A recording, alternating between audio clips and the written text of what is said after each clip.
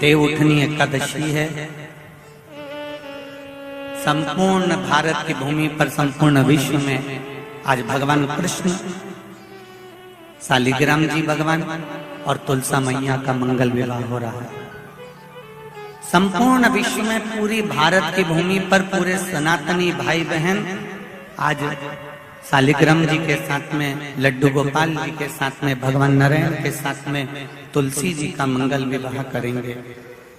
हम भी चाहते हैं कि आप भी मंगल विवाह करें, पर निवेदन है आप भी भीष्म पितामह जैसे आज भगवान से कह देना, भोलेनाथ मैं भी अपनी बुद्धि रूपी बेटी को तुझे समर्पित कर रहा हूँ।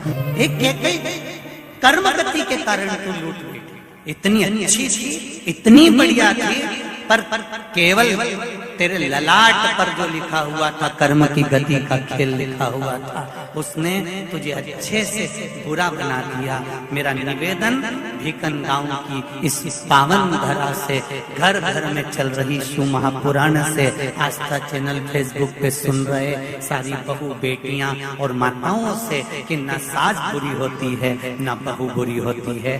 सास नहीं चाहती कि मैं कोई अपशब्द बोलूं, वही बहू भी नहीं चाहती कि कोई अपशब्द बोलूं, पर ललाट पर जब कर्म गति उल्टी पड़ती है तो अपने आप जिह्वा से अपशब्द निकल ही देती है। यह कर्म गति। अब ऐसे समय पर क्या करोगे आप?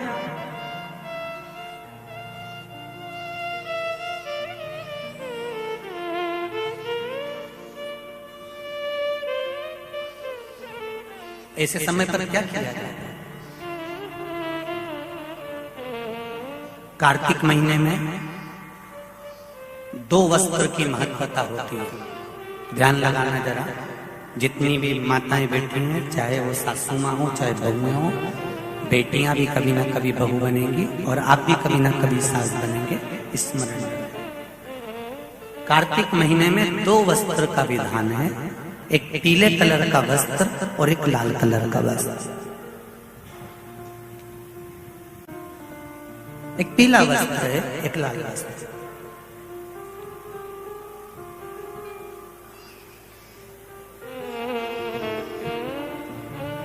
आज देवउठनी एकादशी है। ऐसी कोई माता नहीं होगी जो अपने घर में तुलसी जी का पूजन नहीं करे।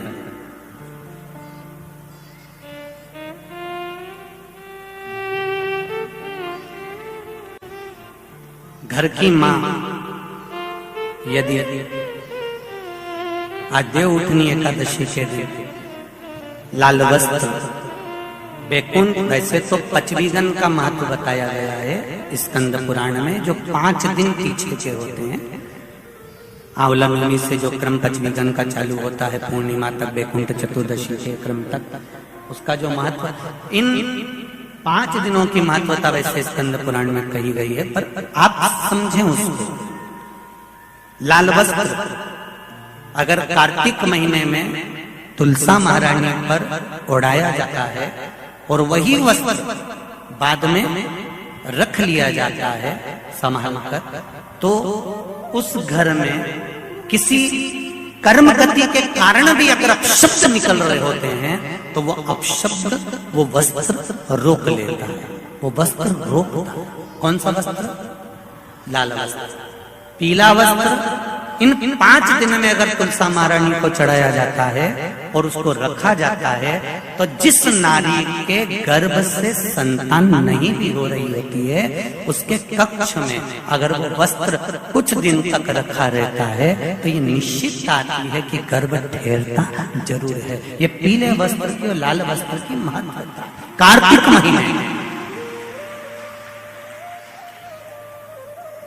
अब कई माताएं कहती हैं कि हमारे पास में लाल वस्त्र नहीं है, हमारे पास में इतना नहीं है, तो लाल कलर का लच्छा भी तो आता है, नाड़ा। बोलो आता है कि नहीं आता? लाल, तुम्हारे घर में सिलाई करने का लाल कलर का धागा तो होगा, होगा ना कि नहीं होगा?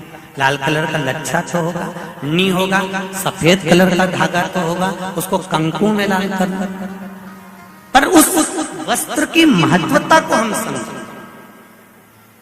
जैसे बांस की पिटारी में, ये तो तुम लोगों की परिभाषा है। आजकल की माताएं तो सुहाग का सामान प्लास्टिक की टोकरी में रख कर देती है, पर हमारे यहाँ नहीं लिखा कि प्लास्टिक की डलिया में सुहाग की सामग्री दो। हमारे यहाँ कहा कि जो वंश बढ़ावे, जो वंशकार होते हैं ना, बांस बनाने वाले होते हैं, वंशकार होते हैं, इनको तो तुम्हें रोज धन्यवाद देना चाहिए। जो बांस का टोकरी बनाते हैं, सुपड़ा बनाते हैं, बांस का सामान बनाते हैं। आज भी विवाह में हमारे यहाँ मंडप भी बांस का होता है, सुपड़ा भी बांस का, डलिया भी बांस की। सबसे पहले खलमट्टी अगर आती है शादी के ब्याह में, सबसे पहले मिट्टी आती है तो बांस की टोकरी में आती है। एक नियम है। क्यों? क्योंकि जिसकी शादी में मट्टी, इधर लाते मट्टी, जिसकी शादी में मट्टी बांस की डलिया में आती है, उसको संतान के लिए डॉक्टर को दिखाने की जरूरत नहीं पड़ती।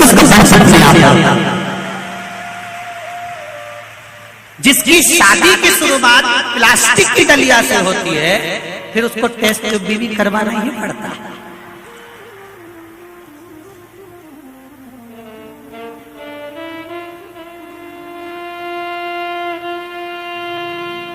ये कुछ हमारे शास्त्रों के नियम है। अब आप उसको समझो ना समझो, चाहे उसके ऊपर हंसो, चाहे कुछ भी करो, आप चाहो तो थोड़े दिन बाद कह देना, बताओ शिवर वाला महाराज तो पगले जैसी बात करता है, तो उसमें कोई दिक्कत वाली बात नहीं है।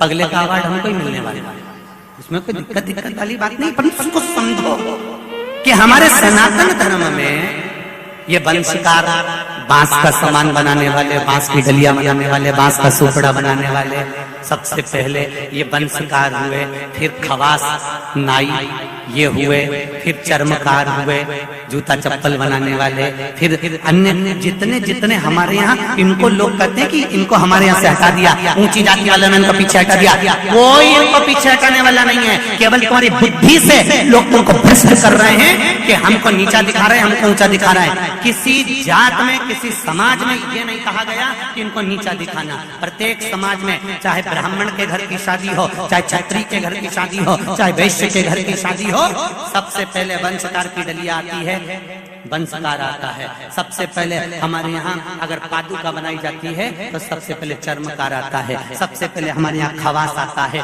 पहले इनको लाकर बिठाया जाता है। पहले संबंध भी सेठ खुद नहीं जाता था करने के लिए, खवास जाता था, वंशकार जाता था, ये जाते थे, संबंध पक्का कर कर आते थे और शादी हो जाती थी। ना लड़का देखता ना लड़की देखती। ये सब बाद में चालू हुआ। अब दुनिया के लोगों ने अपनी राजनीति को अखाड़ा बनाने के लिए कह दिया कि ये समाज नीची हो गई, ये समाज ऊंची हो गई, इसको पिछड़ा में कर दिया, इसको उसमें कर दिया। कोई नहीं कर रहा किसी को। भगवान की ये पोथी रखी है शिव महापुराण की, जिस पे रखी है, इसके 4 पाए, 1 2 3 और ये 4, ब्राह्मण क्षत्रिय वैश्य शूद्र, ये 4 पाए पर मेरी शिव महापुराण की पोथी रखी हुई है। कोई साधारण